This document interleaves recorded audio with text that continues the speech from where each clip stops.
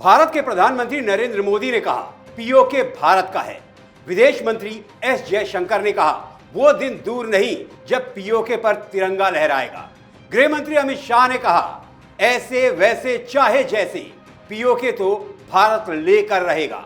रक्षा मंत्री राजनाथ सिंह ने कहा पीओके यानी पाकिस्तान के कब्जे वाले कश्मीर के बिना जम्मू कश्मीर अधूरा है। हम जम्मू कश्मीर को जल्द पूरा करेंगे। इशारा मिल चुका है और भारत कहने से अजीत डोभाल मिशन पर निकल चुके हैं। नमस्कार, मैं हूं दीप सिंह परिहार और आप देख रहे हैं अपना पसंदीदा शो एक्स-रे। कहते हैं कि पाकिस्तान में अगर कुछ ताकतवर है तो वो वहां की सेना है, जिससे सरकार भी डरती है और खुफिया एजेंसी आईएसआई भी। लेकिन मौजूदा वक्त पाकिस्तान की आर्मी के लिए बहुत ही भयानक है। पूरी दुनिया में कहा जा रहा है कि पाकिस्तान आजादी के बाद से इतना कमजोर कभी नहीं रहा। कहा यह भी जा रहा है कि किसी भी दिन पाकिस्तान द्वारा अवैध रूप से कब्जा किए गए पीओके में तिरंगा लहरा सकता है। भारत के कब्जे की खबर आ सकती है। पाकिस्तानी सेना में कभी भी बगावत की चिंगारी बड़े विद्रोह में तब्दील हो सकती है। Army chief general Syed Asim Munir के खिलाफ उनकी अपनी सेना के जूनियर ऑफिसर बगावत पर उतर आए हैं।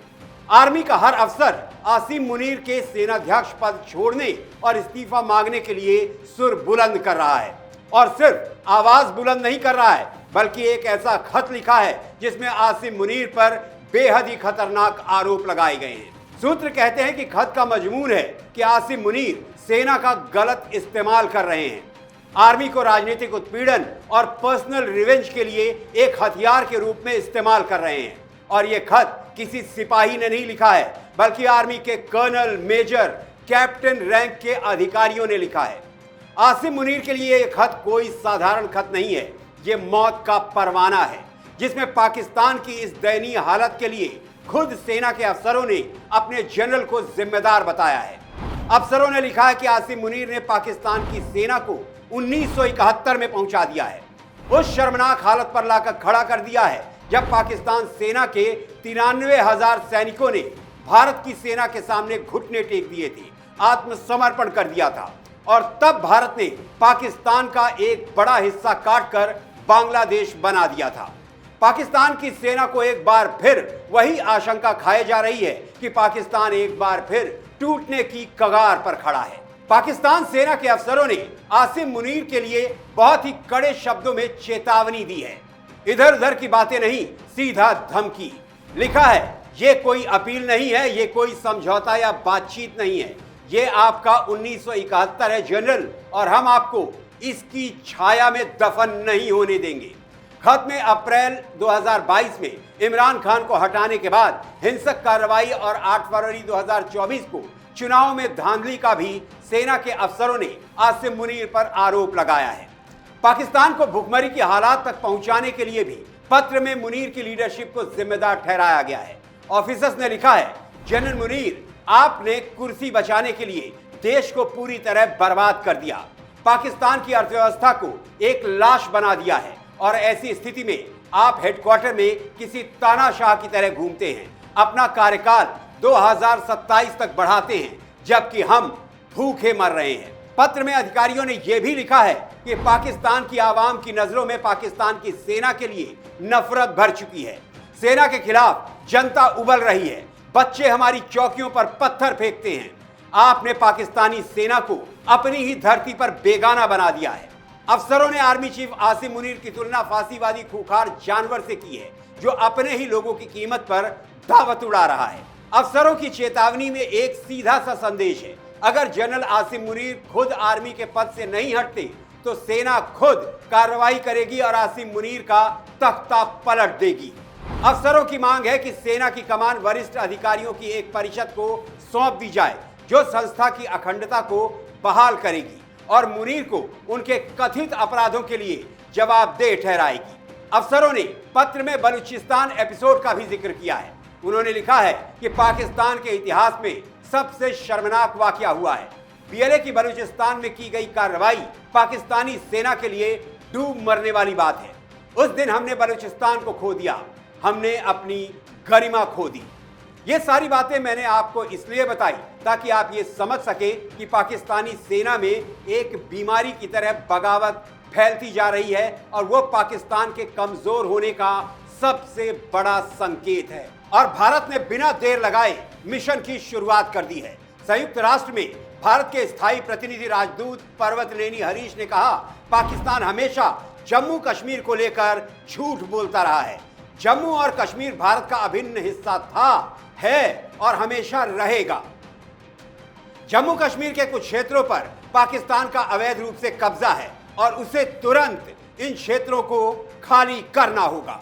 ज्यादा दिन नहीं बीते हैं, विदेश मंत्री एस जयशंकर ब्रिटेन के दौरे पर थे। वो 8 मार्च को लंदन के चैथम हाउस थिंक टैंक के एक कार्यक्रम में शरीक हुए थे। वहीं पाकिस्तानी पत्रकार ने एस जयशंकर से कश्मीर पर सवाल पूछकर गलती कर दी। एस जयशंकर ने बता दिया कि पीओके पर भारत के कब्जे का फॉर्मूला बन चुका है और जल्द ही पीओके भारत के अधिकार क्षेत्र में होगा जिस पर पाकिस्तान ने चोरी से कब्जा किया था। एस जयशंकर ने बिना किसी लाग लपेट के कहा, जिस दिन पीओके पर भारत का कब्जा होगा उसी दिन जम्मू कश्मीर के तथाकथित विवाद का समाधान हो जाएगा। जिस पीओके को वापस लेने की बात प्रधानमंत्री मोदी, विदेश मंत्री एस जयशंकर, गृह मंत्री अमित शाह और रक्षा मंत्री राजनाथ सिंह कर रहे हैं, क्या है वो क्षेत्र, कब और कैसे वो पाकिस्तान के अवैध कब्जे में चला गया, इसका इतिहास भी जान लेना बेहद जरूरी है। दरअसल पाकिस्तान के कब्जे वाला कश्मीर भारत के पहले प्रधानमंत्री जवाहरलाल नेहरू की ऐतिहासिक भूल का नतीजा है। आजादी के कुछ महीनों बाद 22 अक्टूबर 1947 को पाकिस्तानी कबायलियों ने कश्मीर पर हमला कर दिया। तब कश्मीर राजा हरि सिंह की रियासत हुआ करता था। राजा हरि सिंह ने भारत से सैन्य मदद मांगी।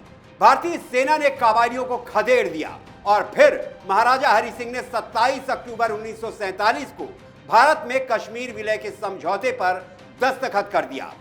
तब तक कश्मीर का मुद्दा सिर्फ भारत और पाकिस्तान का मुद्दा था। यहां पंडित नेहरू ने गलती की। लॉर्ड माउंटबेटन की सलाह पर नेहरू भारत पाकिस्तान के मुद्दे कश्मीर को संयुक्त राष्ट्र में लेकर चले गए। नेहरू ने कश्मीर मुद्दे को इंटरनेशनल बना दिया। कश्मीर मुद्दे पर यूएन में 19 जनवरी 1948 को प्रस्ताव नंबर 38 पारित हुआ। भारत और पाकिस्तान से हालात सामान्य बनाने की अपील की गई और सुरक्षा परिषद के सदस्यों ने दोनों देशों के प्रतिनिधियों को बुलाकर सीधी बातचीत का रास्ता बनाया। व्यवस्था यह बनी कि शांतिपूर्ण समाधान के लिए 3 सदस्यों की कमेटी बनाई जाए। 3 सदस्यों में से एक भारत और पाकिस्तान के सदस्य और तीसरे सदस्य का चुनाव भारत और पाकिस्तान मिलकर करें। कश्मीर मुद्दे पर यूएन में 21 अप्रैल 1948 को प्रस्ताव नंबर 47 पास हुआ, जिस प्रस्ताव में कश्मीर में जनमत संग्रह कराने की बात की गई और जनमत संग्रह के लिए नेहरू सहमत हो गए। यानी जहां चिंगारी भी नहीं थी वहां नेहरू जी की गलती के कारण बड़ी आग लग गई जो आज तक जल रही है। जनमत संग्रह की शर्त यह थी कि कश्मीर से पाकिस्तान सेना वापस जाए। पाकिस्तानी सेना वापस गई नहीं, इसलिए जनमत संग्रह हुआ नहीं। कश्मीर मुद्दे पर यूएन में 3 जून 1948 को प्रस्ताव नंबर 51 पारित हुआ। यूएन का एक कमीशन भारत और पाकिस्तान भेजा गया। कश्मीर ने दिसंबर 1948 में अपनी रिपोर्ट सौंपी। रिपोर्ट में जन्म संग्रह और सीज फायर की बात की गई। जिस वक्त नेहरू यूनाइटेड नेशंस के प्रस्तावों में व्यस्त थे, उसी दौरान पाकिस्तान ने कश्मीर के एक बड़े भूमि क्षेत्र पर कब्जा कर लिया। संयुक्त राष्ट्र के मीडिएशन में सीज फायर तो हो गया, लेकिन यह यूएन में भी तय हुआ कि कश्मीर का जितना हिस्सा भारत के पास है वो भारत के पास ही रहेगा और जितना पाकिस्तान ने अवैध रूप से कब्जा किया है वो पाकिस्तान के कब्जे में रहेगा। इस तरह नेहरू की एक गलती ने कश्मीर के 78,000 वर्ग किलोमीटर से ज्यादा बड़े क्षेत्र पर पाकिस्तान का अवैध कब्जा करा दिया, जिसे आज हम पीओके यानी पाकिस्तान अधिकृत कश्मीर कहते हैं। नेहरू जी की इस एक गलती को सुधारने का एक ही तरीका है, पीओके पर भारत का कब्जा, जिसके लिए मोदी सरकार ने दृढ़ संकल्प ले लिया है। और मोदी सरकार के इस संकल्प से पाकिस्तान डरा हुआ है, क्योंकि वो अब तक ये समझ चुका है कि भारत 1948 वाला नेहरू का भारत नहीं है, ये नया भारत है जो घुस कर मारता है। पीओके पर भारत के कब्जे पर आपकी राय बेहद जरूरी है, तो कमेंट कीजिए और बताइए अपनी राय। आपको हमारी ये एक्सरे रिपोर्ट कैसी लगी ये भी जरूर बताएं। आपकी प्रतिक्रिया का हमें इंतजार रहेगा। अगली एक्सरे रिपोर्ट आप किस मुद्दे पर देखना चाहते हैं अपना सुझाव दें और हां, कैपिटल टीवी को जरूर सब्सक्राइब करें, वीडियो को लाइक करें, परिवार और दोस्तों के साथ शेयर करें। अगली एक्सरे रिपोर्ट के साथ आपसे फिर मुलाकात होगी। तब तक आप स्वस्थ रहें, सुरक्षित रहें। जय हिंद, जय भारत।